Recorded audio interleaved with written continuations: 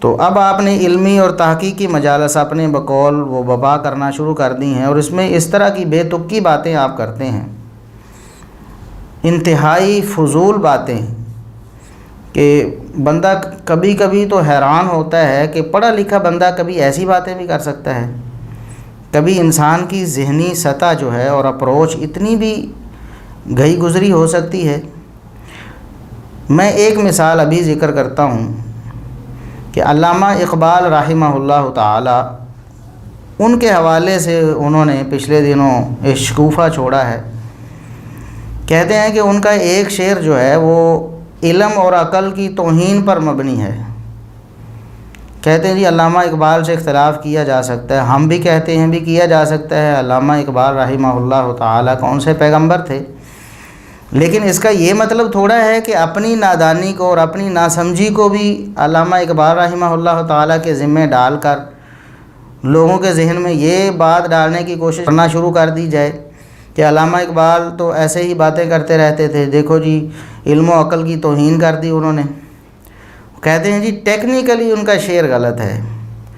ابھی میں وہ شعر آپ کو پڑھ کے سناتا ہوں، زبان زد عام ہے، ضرب المثل بن چکا ہے وہ شعر، موقع بموقع پڑھا جاتا ہے اسے، جب سے علامہ اقبال رحمہ اللہ نے اسے فرمایا ہے آج تک شاید بلا مبالغہ لاکھوں دفعہ یہ شعر پڑھا جا چکا ہے۔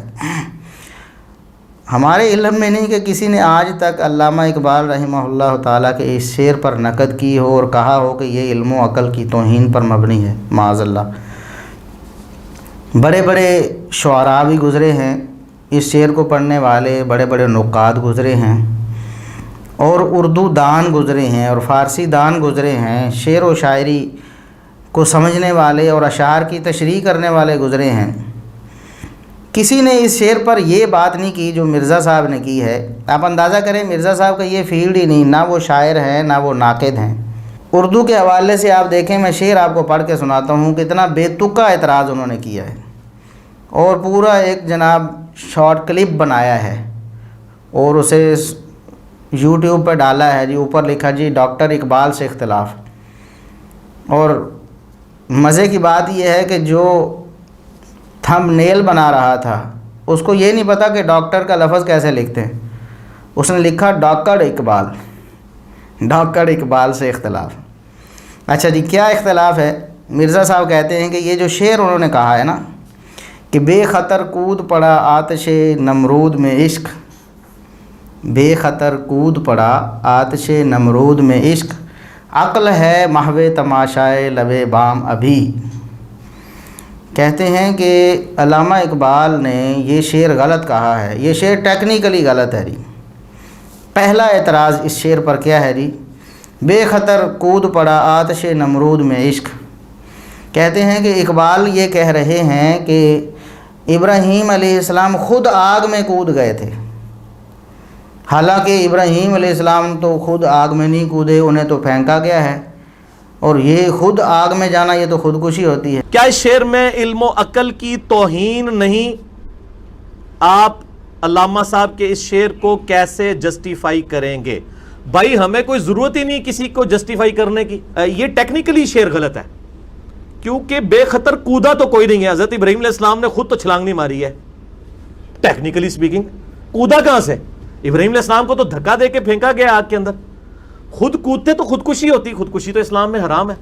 اندازہ کریں ان کی علمی اپروچ دیکھیں اور ان کی ذہنی سطح دیکھیں کہ اقبال کو سمجھنے چلے ہیں یہ، جن کو اتنا ہی نہیں پتا کہ یہ مجاز ہے، یہ اردو عربی ہر زبان میں چلتا ہے مجاز، اور اگر یہ اس مجاز کو اور اس مجاز کے لغت میں استعمال کو اگر ایک سائیڈ پہ رکھ دیں تو پھر یہ قرآن کریم کو بھی معاذ اللہ کہیں گے کہ یہ ٹیکنیکلی غلط ہے، استغفر اللہ۔ دیکھیں آپ سنتے رہتے ہیں مثال کے طور پر کہ فلاں جو کوٹھی ہے، یہ فلاں مکان ہے، وہ فلاں شخص نے بنایا ہے جو اس کا مالک ہے۔ آپ کوئی اٹھ کے مرزا صاحب کی طرح کہے کہ یہ تو بات تمہاری ٹیکنیکلی غلط ہے جی، جس مالک کا یہ مکان ہے اس کو تو اینٹ لگانا نہیں آتا، اس نے کیسے بنا لیا؟ ٹیکنیکلی غلط ہے جی، ٹیکنیکلی غلط ہے۔ تو یہ مجاز ہے، یعنی اس نے بنوایا ہے، لیکن بنوانے کی وجہ سے بنانے کی نسبت اس کی طرف کر دی گئی، اس کو نسبت مجازی کہتے ہیں۔ ہمارے عام اردو پنجابی وغیرہ میں یہ عام معروف ہوتا ہے نہر چل رہی ہے، یہ بھی مجاز ہے، نہر چل رہی ہے۔ بھلا نہر چلتی ہے جی؟ نہر نہیں چلتی، نہر تو اپنی جگہ پہ کھڑی ہوتی، پانی چل رہا ہوتا ہے، تو کہہ دیا جاتا ہے کہ نہر چل رہی ہے۔ قرآن کریم میں اللہ تبارک و تعالیٰ نے سورہ یوسف میں ارشاد فرمایا، جب یوسف علیہ السلام کے بھائی غلہ لینے کے لیے گئے یوسف علیہ السلام کے پاس، تو انہیں تو نہیں پتہ تھا کہ یہ ہمارے بھائی ہیں جو وہاں غلے پر فائز ہیں، تو وہ اپنے بھائی بنیامین جن کا نام بتایا جاتا ہے ان کو ساتھ لے کر گئے تھے۔ تو وہاں یوسف علیہ السلام نے ایک ہیلہ کر کے اپنے بھائی بنیامین کو بھی وہاں رکھ لیا، یعنی ان کے سامان میں وہ جو پیمانے والا برتن تھا قیمتی وہ رکھ دیا۔ بعد میں منادی کرا دی گئی کہ بھئی تم تو چوری کر رہے ہو، کہنے والے نے کہا کہ تم چور ہو، انہوں نے کہا نہیں۔ بہرحال جب وہ معاملہ کھلا تو برتن واقعی اس میں سے نکل آیا، حالانکہ وہ ہیلے سے رکھا گیا تھا بنیامین کو روکنے کے لیے۔ جب بنیامین کو بھی انہوں نے رکھ لیا، اب واپس چلے گئے پھر والد کے پاس، تو اب تو وہ بڑے پریشان تھے کہ ہم کیا کریں، پہلے یوسف کو ہم نے اپنے ہاتھوں سے کنویں میں پھینک دیا، آج تک ہمارا والد پریشان تھا، ایک اور پریشانی ہم نے انہیں دے دی کہ ان کا بیٹا بنیامین بھی ہم ادھر چھوڑ آئے۔ تو انہوں نے پھر کچھ لفظ کہے وہاں جو قرآن کریم نے نقل کیے ہیں کہ ہم اپنی بات میں سچے ہیں، بنیامین نے چوری کی تھی۔ ان کے ذوم میں تو ایسے ہی تھا نا، چوری کی تھی، حالانکہ انہوں نے چوری نہیں کی تھی حقیقت میں۔ تو انہوں نے کہا کہ بنیامین نے چوری کی ہے اور چوری کی پاداش میں اسے وہاں رکھ لیا گیا ہے، آپ ہماری بات کا یقین کریں، اگر آپ کو شک ہے ہمارے اوپر تو وَاسْأَلِ الْقَرْيَةَ الَّتِي كُنَّا فِيهَا، آپ اس بستی سے پوچھ لیں جس بستی میں ہم تھے، وَاسْأَلِ الْقَرْيَةَ الَّتِي كُنَّا فِيهَا، اور وَالْعِيرَ الَّتِي أَقْبَلْنَا فِيهَا، اور اس قافلے سے پوچھ لیں جس قافلے میں ہم تھے۔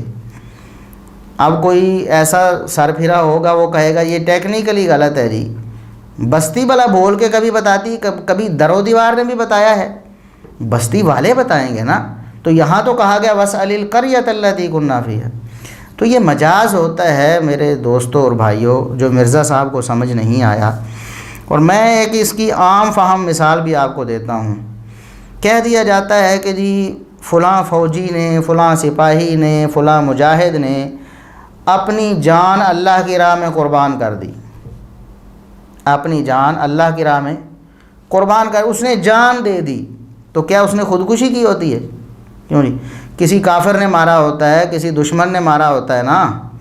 کبھی کسی نے کہا ہے کہ یہ غلط ہے، ٹیکنیکلی جملہ غلط ہے کہ اس نے اپنی جان دے دی، اس نے تھوڑی دی، اس کی تو زبردستی جان لے لی گئی تھی۔ بالکل یہی جو اعتراض ہے وہ علامہ اقبال رحمہ اللہ تعالیٰ پر مرزا صاحب نے کر دیا، کہتے ہیں کہ یہ ٹیکنیکلی غلط ہے۔ بھئی یہ مجاز ہے، ابراہیم علیہ السلام کے بس میں یہ بات تھی، اگر وہ اپنی توحید کی دعوت سے پیچھے ہٹ جاتے، کہہ دیتے کہ جو کچھ میں نے کیا ہے آئندہ میں یہ نہیں دہراؤں گا، میں توحید کی دعوت سے پیچھے ہٹ رہا ہوں، میں تمہارے بتوں کو اپنا معبود بنا رہا ہوں، تو فوراً ان کو پیچھے لے جایا جاتا، ان کو آگ میں کبھی نہ پھینکا جاتا۔ لیکن وہ اس بات پر بضد رہے کہ میں اپنی دعوت توحید میں بالکل سچا ہوں اور میں یہ دعوت دیتا ہی رہوں گا، تب انہوں نے پھر ابراہیم علیہ السلام کو آگ میں پھینکا۔ تو گویا ابراہیم علیہ السلام نے خود اپنے آپ کو آگ میں ڈالا، اپنے آپ کو آگ میں ڈالنے کے مترادف تھا نا، اگرچہ خود انہوں نے چھلانگ نہیں لگائی، انہوں نے پھینکا ابراہیم علیہ السلام کو، لیکن یہ ابراہیم علیہ السلام کے اختیار میں تھا کہ وہ اس سے بچ جاتے، ان کے سامنے اعلان برات کر دیتے توحید سے تو بچ جاتے۔ علامہ اقبال رحمہ اللہ تعالیٰ یہ بتانا چاہتے تھے کہ بے خطر کود پڑا آتش نمرود میں عشق۔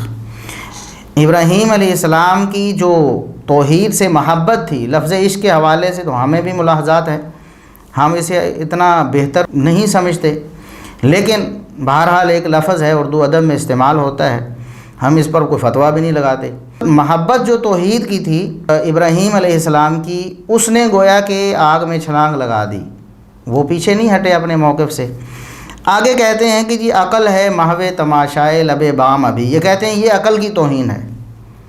بھئی عقل کی توہین کیا ہے؟ آپ اگر اس کا سادہ اردو ترجمہ ہی کر لیتے، اگر آپ میں اتنی اہلیت ہوتی تو پھر علامہ اقبال رحمہ اللہ تعالیٰ پر آپ اعتراض نہ کرتے اور انہیں اس طرح کا معاذ اللہ بیوقوف ثابت کرنے کی کوشش نہ کرتے کہ وہ عقل کی توہین کر رہے ہیں۔ کہتے ہیں جی عقل تو دیکھیں دوسری جگہ پر علامہ اقبال نے عقل کی تعریف کی اور یہاں توہین کر رہے ہیں۔ علامہ اقبال رحمہ اللہ تعالیٰ کی ان الفاظ کا سادہ سا ترجمہ یہ ہے کہ اب تک عقل حیران ہے کہ ابراہیم علیہ السلام نے کتنا بڑا فیصلہ کیا اور کتنے مضبوط قدم تھے ان کے، کہ آگ کو سامنے دیکھ کر پتہ ہے مجھے آگ میں پھینکا جا رہا ہے، اس کے باوجود اپنے موقف پر ڈٹے رہے۔ اس پر عقل ابھی بھی حیران ہے۔ اس کا اگر لفظی ترجمہ کریں تو عقل ہے محو تماشائے لب بام ابھی۔ لب بام کہتے ہیں چھت کا کنارہ، منڈیر۔ تو جس طرح لوگ حیران ہو کر بڑے بڑے بادشاہوں کو، بڑے بڑے قافلوں کو دیکھا کرتے تھے، تو اسی طرح حیران ہو کر عقل جو ہے وہ چھت کے کنارے عقل ابھی تک حیران کھڑی ہے، ابراہیم علیہ السلام کی استقامت اور ان کی جرأت کو داد دے رہی ہے۔ بس اتنی بات انہیں سمجھ نہیں آئی اور انہوں نے جناب علامہ اقبال رحمہ اللہ تعالیٰ پر یہ فتویٰ جڑ دیا کہ انہوں نے یہ غلط کہا ہے اور علم و عقل کی توہین پر مبنی ہے یہ شعر۔ تو اللہ تبارک و تعالیٰ مرزا صاحب کو ہدایت دے کہ مشہور ہونے کے لیے، شہرت کے لیے انہوں نے اب کیسے کیسے پاپڑ بیلنا شروع کر دیے ہیں۔ صحابہ کرام پر تان کی، تابعین پر تان کی، امام ابن سیرین رحمہ اللہ تعالیٰ کو دیوبندیوں بریلویوں سے گیا گزرا کہا، اس پر الحمدللہ ہم نے ان کا بھرپور رد کیا۔ اس کے بعد ائمہ دین تو چیز ہی کیا ہیں، انہوں نے سارے اسلاف کے بارے میں بدزبانی کی، اس کا بیان بھی ہم پہلے کر چکے ہیں، ابھی آگے بھی کچھ بات آئے گی۔ پھر موجودہ دور کے علماء ان کے سامنے کیا ہے